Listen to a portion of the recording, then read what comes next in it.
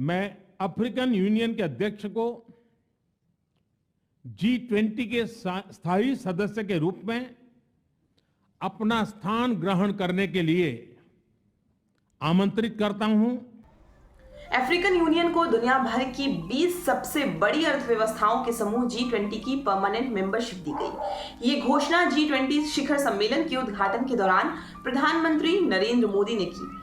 जहां एक तरफ चीन अफ्रीका को खुश करने में लगा है, तो वहीं दूसरी ओर भारत खुद को अंडर डेवलप और डेवलपिंग नेशन के नेता के रूप में पेश किया है।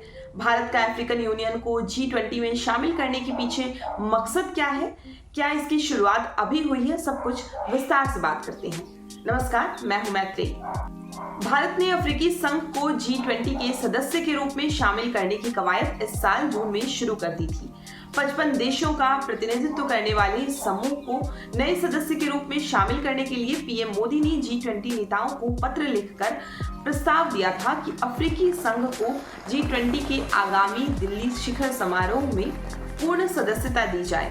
अब तक G20 में पूरे अफ्रीकी महाद्वीप से केवल एक ही देश था, दक्षिण अफ्रीका।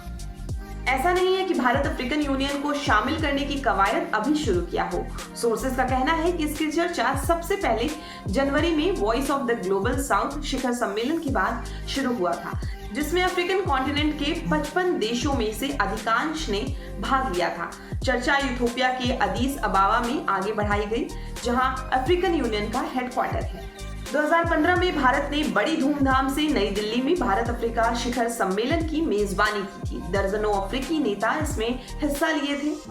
अफ्रीका आउटरीच पहल के तहत भारत ने मंत्री स्तर पर सभी अफ्रीकी देशों का दौरा किया है। पीएम मोदी खुद पिछले 9 सालों में अफ्रीका के कम से कम 10 देशों का दौरा कर चुके हैं।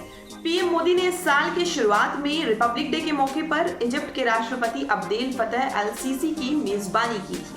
अगस्त में जोहान्सबर्ग में ब्रिक्स शिखर सम्मेलन में वर्तमान सदस्यों ब्राजील, रूस, भारत, चीन और दक्षिण अफ्रीका ने इजिप्ट और इथियोपिया के साथ साथ अर्जेंटीना, ईरान, सऊदी अरब और यूएई को नए सदस्य के रूप में जोड़ने का फैसला किया। अफ्रीकी संघ का G20 में शामिल होना भारत के लिए एक बड़ी जीत है। दरअसल ग्लोबल साउथ के मुद्दे को वर्ल्ड फोरम पर ले जाने के लिए UNSC में भारत कई सालों से परमानेंट मेंबर बनने का प्रयास कर रहा है।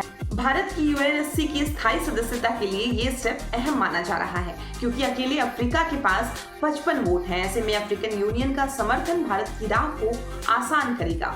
भारत की जलवायु परिवर्तन संबंध, व्यापार और प्रौद्योगिकी और बुनियादी ढांचे के विकास के मामलों में अफ्रीका के साथ सक्रिय रूप से जुड़ने की योजना है। ऐसे में अफ्रीका का साथ भारत के लिए कई मायनों में खास हो सकता है।